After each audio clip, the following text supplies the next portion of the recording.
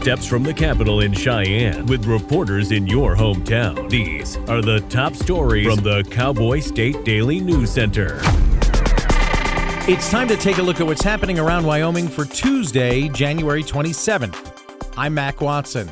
Wyoming head football coach Jay Sawvell said he voluntarily took a $125,000 pay cut and redirected the money to help fund player compensation. Cowboy State Daily's David Madison reports on the reasons the coach is doing this. When it comes to raising money to stay competitive in this increasingly professionalized world of college sports, Wyoming is at a disadvantage. It's not in a major television market. It's a small state, relatively small school. It's in a conference that's being vacated by the bigger schools to leave for the Pac-12 and bigger television dollars. He's decided that it's important enough for him to make a statement, basically put his money where his mouth is and say, I am here to try and generate some momentum. I'm trying to generate some spirit of giving, probably, among alumni and others that support Cowboy football. And let's go. Ryan Thornburn, communications director for the UW Athletic Department, tells Cowboy State Daily that coaches donating their own money to help fund player compensation remains uncommon in college football. An initial review of data from the Office of State Lands and Investments shows Wyoming might not have enough eligible public land to satisfy a controversial bill seeking to sell between 30,000 and 200,000 acres to families for $1 per acre. Cowboy State Daily's Claire McFarland reports that the bill would have to have multiple requirements to succeed. An initial review of data from the office shows that maybe less than 16,000 acres would be available, and that's because of the bill's many carve-outs. There's things like it can't be designated for a public use, it can't be recreation sites. So Wyoming last year designated grazing and agriculture as a public use, as a governmental purpose. And so it becomes an argument then. You guys just locked up all this public land under the governmental use banner, and now this bill would exempt lands that are designated that way from sale. Now, the author of the bill, State Representative Jacob Wasserberger from Cheyenne, tells Cowboy State Daily that he's still optimistic the bill can work and is gaining support from around the state. Blood-trailing dogs may track down black bears shot by hunters if a bill before the Wyoming legislature passes. Cowboy State Daily's Mark Hines reports that this is already legal if you want to use blood-tracking dogs to track big game animals that have already been shot, like elk or deer.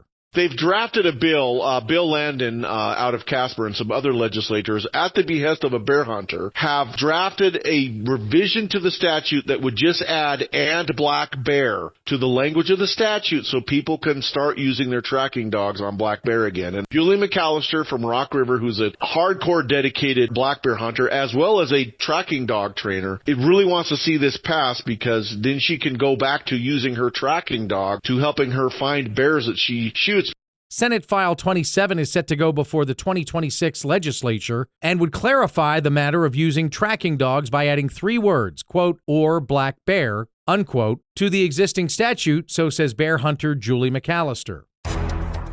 State Treasurer Kurt Meyer and Senator Brian Boner are working on a bill that would divert 1/6 of property taxes from wind, solar, and industrial projects into a fund for affected neighbors. Cowboy State Daily's Claire McFarland reports on why the lawmakers say Wyoming needs to establish a compensatory mitigation fund. So Senator Boner is still spitballing. I just want to know if county commissioners can do this, if they're willing to have these hearings and decide these mitigation payments. Treasurer Kurt Meyer for months has been hearing members of the public complain about wind farms designated to go in near their properties and the views and the effects. And so even though he's voted for those, he has said in line with his constitutional duty to fund schools with land leases, he said, I'm not blind that there are impacts, so maybe we should glean a little bit of property taxes from those and set aside to see if some of these have a dollar value on them and we can pay those people back. Boner tells Cowboy State Daily that he is asking county commissioners whether vetting and answering neighbors' claims for mitigation money is something they can do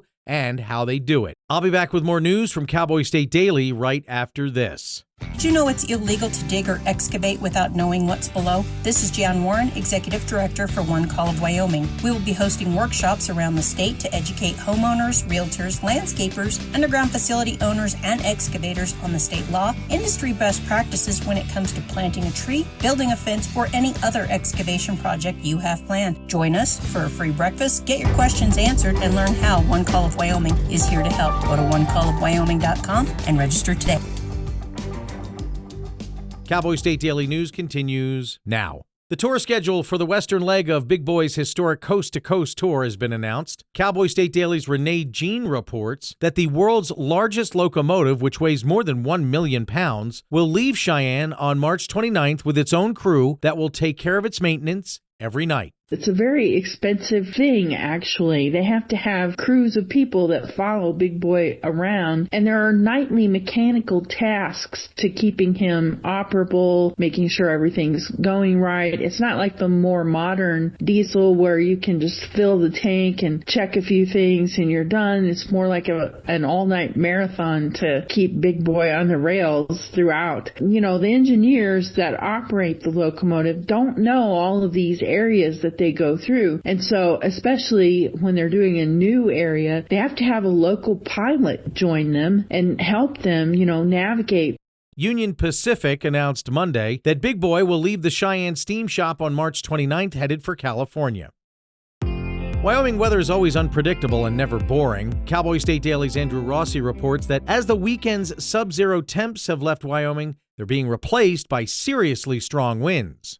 So there's the same nature of horrors of vacuum, and that's kind of true. So when we get sub-zero Arctic temperatures in Wyoming, as those move on, there's a vacancy, there's an open space, and that's generally filled with winds. The difference is this was not a windstorm. What we saw on Monday were winds of up to 65 miles per hour in southeast Wyoming. That wasn't like the windstorms that we had back in December, where we had winds of 88 to 103 miles per hour plus. Chinook winds are the result of air moving up and over the mountains. As it descends, it dries out, and then the valleys and canyons in Wyoming just funnel that air and make it super powerful. So what we were experiencing on Monday were Chinook winds that were filling the vacancy left by the sub-zero temperatures that we had over the weekend. That's distinctly different from the windstorms we were having in December.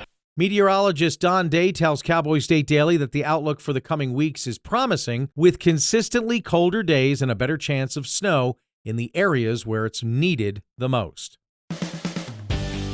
Cheyenne art dealer Harvey DeSelms, the driving force behind the Capitol Avenue Bronze Project, commissioned bronze sculptures of his own dog, Dot, to immortalize her spunky spirit before she passes. Cowboy State Daily's Dale Killingbeck reports that DeSelms says bronzing a pet is a better alternative to taxidermy. An art dealer in Cheyenne, Harvey DeSelms, is known for his bronzes. So as his dog is Jack Russell Terrier to be exact, is getting older, he decided he wants to preserve Dot, and that's her name. So he has had commissioned 3 bronzes to be made, life-size bronzes to be made of Dot. And when talking to the artist who's doing it, she said, yeah, it's kind of like other pet owners have done that. She's done some for other pet owners as well. So apparently this is something that is available when people want to preserve their pets. Raised on a ranch with working dogs, DeSelms tells Cowboy State Daily he never had a dog as a pet before Dot.